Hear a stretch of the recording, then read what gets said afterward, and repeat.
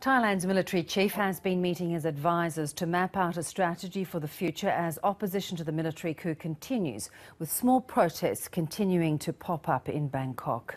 At the same time, a representative of the Thai army has defended its actions in moving to silence free speech and detain politicians, journalists and academics.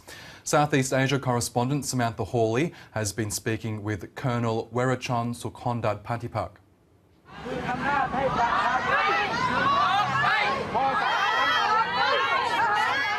The message that I want to get across here is what we are doing, what the military, the army in particular, doing now is not an attack on the democracy. In fact, we attack the abuse of democracy. The army action now is to preserve, it's about preserving of democracy and about destroying the corrupted parliament dictatorship. Well, if this is all about strengthening democracy, which is obviously very damaged here in Thailand, if it's about strengthening democracy, then when will there be an election, and why is it that the head of the military has not told the people of Thailand or the people of the world when that will be held? I think it is quite, too soon to spell out when exactly the election will be held. But it is quite clear that we understand. But first of all, we would like to clarify that the Thai military nowadays, we are not that insensitive that we don't know the implication of the international community to Thailand. We are living in the new era where worlds are connected. And of course, relationship with our friends is very important. We value all relationship with our friends. And but this is the reason that we are still not able to come up with the exact date or time when the election would be held, because we are not defining time and duration. The situation will dictate, the duration of the military intervention. Okay, well, can we talk about another key element of democracy which no longer exists here, because that is free speech and freedom of movement. Now, it's very clear now that you're trying to contain free speech, the freedom of movement of some people who want to express a different view. How can you justify that sort of action in 2014? If you follow the situation in Thailand closely, the protracted political in Thailand has been continuing for nearly 10 years.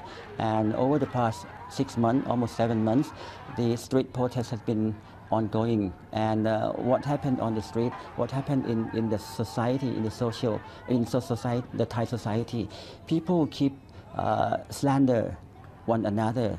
People keep saying something insulted one another. That result, people keep putting hate speech everywhere in order to incite the unrest.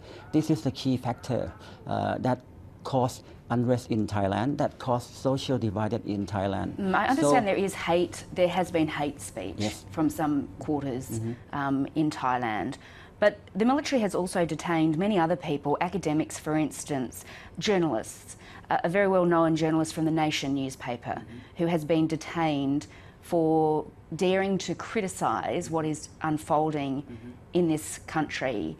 It was not hate speech. How much longer will you detain someone like that? In order to bring peace and harmony, in order to make the society become normal, to make the environment conducive for further action. I'm talking about the constructive action. We need to stop creating a negative attitude to one another. And for those who've been detained, as you mentioned, we have a clear evidence that their idea, their comment has made the work of the National Council for Peace and Order become more difficult, and that would create a division in the society in Thailand. This is just the early step that we